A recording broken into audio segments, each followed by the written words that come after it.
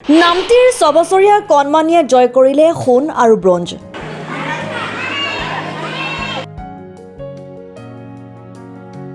জাপানী কাৰাটে একাডেমীৰ প্ৰতিযোগিতাত সোণ আৰু ব্ৰঞ্জৰ পদক জয় কৰি কঢ়িয়াই আনিলে গৌৰৱ।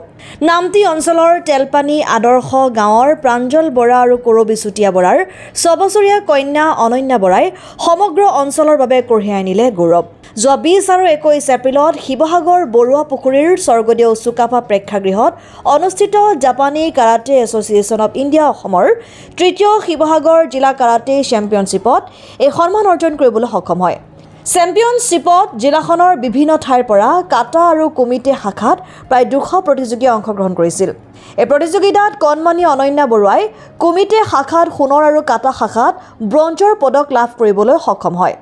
মোৰ নাম শ্ৰী প্ৰাঞ্জল বৰা। মোৰ ছোৱালীৰ নাম শ্ৰী অনন্যা বৰা। তাই কেৰাটে শিকিছিলে জাপান কেৰাটে একাডেমীত। অলপ দিনৰ পৰা প্ৰশিক্ষণ লৈছিলে খামুনত। তেওঁ প্ৰশিক্ষণ কৰিছিলে বিমল আনন্দাই শিৱসাগৰ বৰুৱা পুখুৰীত এখন খেল হৈছিলে। খেলত তাই প্ৰথম স্থান পাইছে প্ৰায় 200 মান ল'ৰা ছোৱালীৰ মাজত। পাৰিলে কমিটত ফাৰ্ষ্ট পাইছিলে সোণৰ গ'ল্ড মেডেল, আৰু কাটাত পাইছিলে তেওঁ এইটো ব্ৰঞ্জৰ পদক। ছোৱালীজনীৰ বয়স 6 বছৰ হৈছে। তাই কেজি ৱেটত হৈছিলে। কেজি ৱেট 20 কেজি ৱেটৰ 18-20 তেওঁলোকৰ মাজতে হৈছিলে। মোৰ নাম শ্ৰী কৰবী চুতীয়া বৰা। আমাৰ ছোৱালী হয় শ্ৰী অনন্যা বৰা। তাই জাপানী কেৰাটে একাডেমীত অংশগ্ৰহণ কৰিছিলে।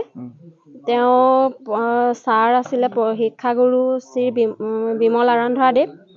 তেওঁ শিৱসাগৰ অধিৱেশনৰ বৰুৱা পুখুৰী চুকাফা প্ৰেক্ষাগৃহত ফাইনেল খেল অনুষ্ঠিত হয়। ফাইনেল খেলত তেওঁ কুমিদত গ'ল্ড মেডেল পাবলৈ সক্ষম হয় আৰু কাটাত ব্ৰঞ্জক পদক লাভ কৰে। অনন্যা বৰা বয়স তাই 6 বছৰ হৈছে।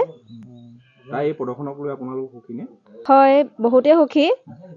তাই ইমান কম সময়তে যে ইমানখিনি আমাক খিতাপ অৰ্জন কৰি দিব পাৰিছে, তাৰ বাবে আমি বহুতেই সুখী। হয়, খুবেই ভাল লাগিছে।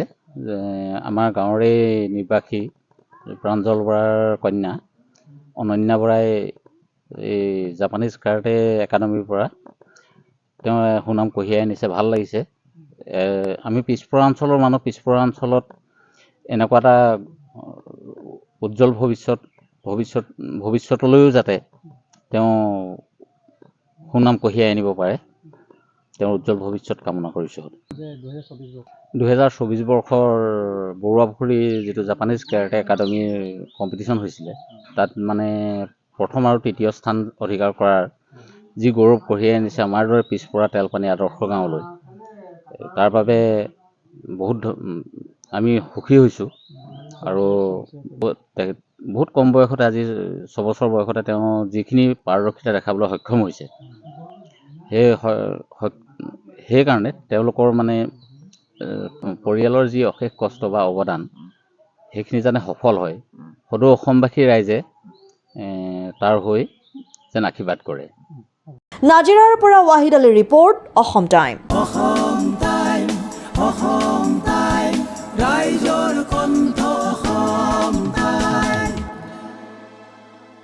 আপোনাৰ প্ৰিয় চহৰ নলবাৰীত নিজাববীয়াকৈ বসবাস কৰাৰ সপোন আছে নেকি? চহৰৰ মাজমজিয়াত মাটি কিনি ঘৰ সাজি লোৱাৰ সমস্যাই দেখা দিছে নেকি? সেই সমস্যা এতিয়া আৰু নাই। চহৰৰ মাজমজিয়াত মাটি নিকিনাকৈ নিজে ঘৰ নসজোৱাকৈ এটা বিলাসী ঘৰৰ গৰাকী হ'ব পাৰিব আপুনি। নলবাৰীত প্ৰথমবাৰৰ বাবে সেই সুবিধা আহিছে।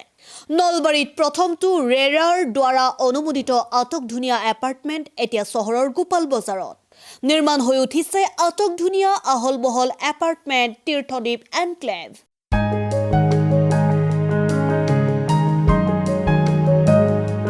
চহৰৰ গোপাল বজাৰৰ DIC পথত নিৰ্মাণ হৈ উঠিছে তীৰ্থদ্বীপ এনক্লেভ এপাৰ্টমেণ্ট। দুটা আৰু তিনিটা আটক ধুনীয়া শুৱনি কোঠাযুক্ত সপোনৰ ঘৰ, যথোপযুক্ত গাড়ী পাৰ্কিঙৰ সুবিধা, নিৰিবিলি পৰিৱেশ, যাতায়াত আৰু যোগাযোগৰ উপযুক্ত সুবিধা। আপোনাৰ সপোনৰ ঘৰখনৰ বাবে ন্যূনতম হাৰত বুকিং চলি আছে। পলম নকৰি এতিয়াই যোগাযোগ কৰক 9706010636 আৰু 9954253864 নম্বৰত।